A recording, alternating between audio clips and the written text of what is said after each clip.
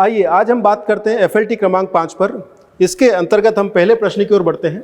जुलाई 2020 में भारत सरकार द्वारा शुरू किया गया प्रेरक दौड़ सम्मान, ध्यान रखिए, प्रेरक दौड़ सम्मान निम्नलिखित में से किससे संबंधित है?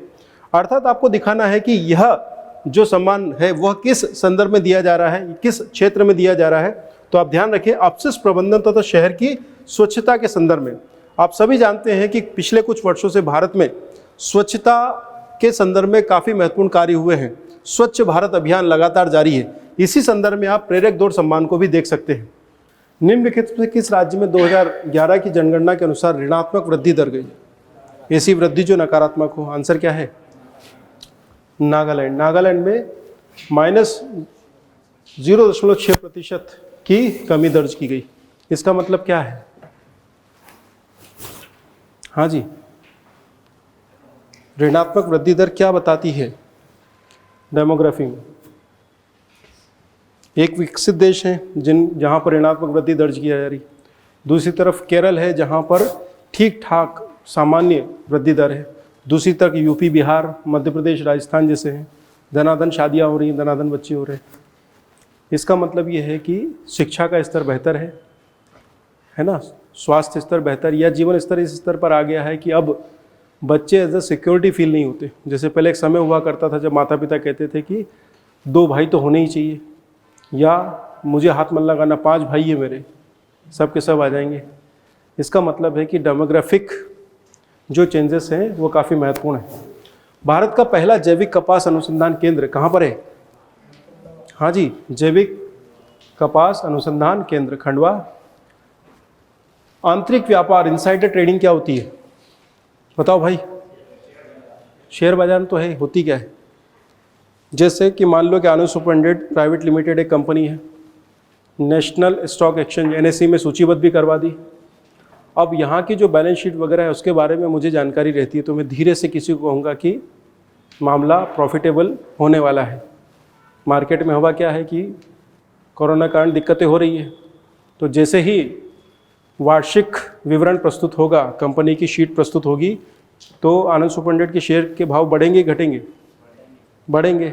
परंतु जो अंदर के लोग हैं उनको पता है कि कंपनी के अंदर क्या चल रहा है। तो इनसाइडर, आंतरिक जानकारी रखने वाले लोग अगर उस जानकारी का प्रयोग करके अवांछित लाभ कमाते हैं शेयर मार्केट में, तो उसको क्या कहते हैं? Insider trading. आंतरिक व्यापार। समुद्री घास निम्नलिखित में किस तत्व का मुख्य सोर्स है? बताओ भैया। आयोडीन। क्यों भैया? नमक ही नमक है ना। आगे बढ़े। अग्निरोधी कपड़े बनाने में किस यौगिक का प्रयोग होता है? Aluminium hydroxide. कोई समस्या नहीं, याद रखना है डायरेक्ट। आगे बढ़ते हुए अब हम देखते हैं क्वेश्चन नंबर 7 पे। प्रश्न है कि अल्बर्ट आइंस्टाइन को किस सिद्धांत के लिए नोबेल पुरस्कार दिया गया था? आप सभी जानते हैं बच्चों की प्रकाश विद्युत प्रभाव के सिद्धांत के लिए अल्बर्ट आइंस्टाइन को नोबेल पुरस्कार दिया गया था। अल्बर्ट आइंस्टाइन को भौतिकी का नोबेल पुरस्कार 1921 में दिया गया था और ये फोटो इलेक्ट्रिक इफेक्ट को एक्सप्लेन करने के लिए दिया गया था बच्चों।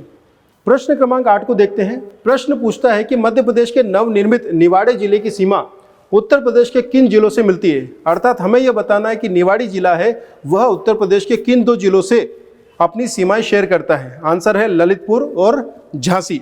ललितपुर और झांसी 2 ऐसे जिले हैं उत्तर प्रदेश की जिनसे निवाड़ी जिले की सीमाएं लगती हैं। आगे बढ़ते हैं बच्चों। प्रश्न निम्नलिखित में से किससे या किन से भारत में अंग्रेजी शिक्षा की नींव पड़ी? आप सभी जानते हैं 1813 का चार्टर एक्ट, जिसमें यह बताया गया था कि भारत में ब्रिटिश कंपनी शिक्षा के प्रसार के लिए 1 लाख रुपए प्रति वर्ष खर्च करेगी। साथ ही साथ आप यह भी जानते हैं कि 1835 तक यह खर्च नहीं किया गया था। क्यों? क्योंकि इस बात पर सहमति नहीं बन पाई थी कि ये जो खर्च है 1 लाख रुपए, ये किस भाषा की शिक्षा पर खर्च किया जाएगा। ऐसी स्थिति में लॉर्ड विलियम बेंटिक द्वारा लॉर्ड मैकाले की अध्यक्षता में एक समिति गठित की गई और मैकाले समिति की सिफारिश, जिसको बोलते हैं मैकाले मिनट, उस मैकाले मिनट की सिफारिश के आधार पर ही यह तय किया गया कि भारत में अंग्रेजी भाषा में शिक्षा के प्रसार के लिए यह पैसा खर्च किया जाएगा। तो आंग्ल प्राच्य विवाद जो आपको दिखाई देता है, ये लॉर्ड मैकाले के समय, लॉर्ड विलियम बेंटिक के समय दिखाई देता है। 1813 का चार्टर एक्ट भी हो गया। और इसी दौरान हम देखते हैं कि जो जनरल कमेटी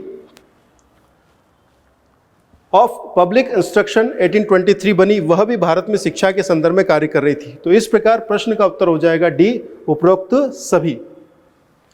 आगे बढ़ते हैं बच्चों। भारत सरकार द्वारा जून जुलाई 2020 में मनाया गया संकल्प पर्व किससे संबंधित है? आप सभी जानते हैं करंट अफेयर से कोरिलेट होता है, और संकल्प पर्व संबंधित है वृक्षारोपण से।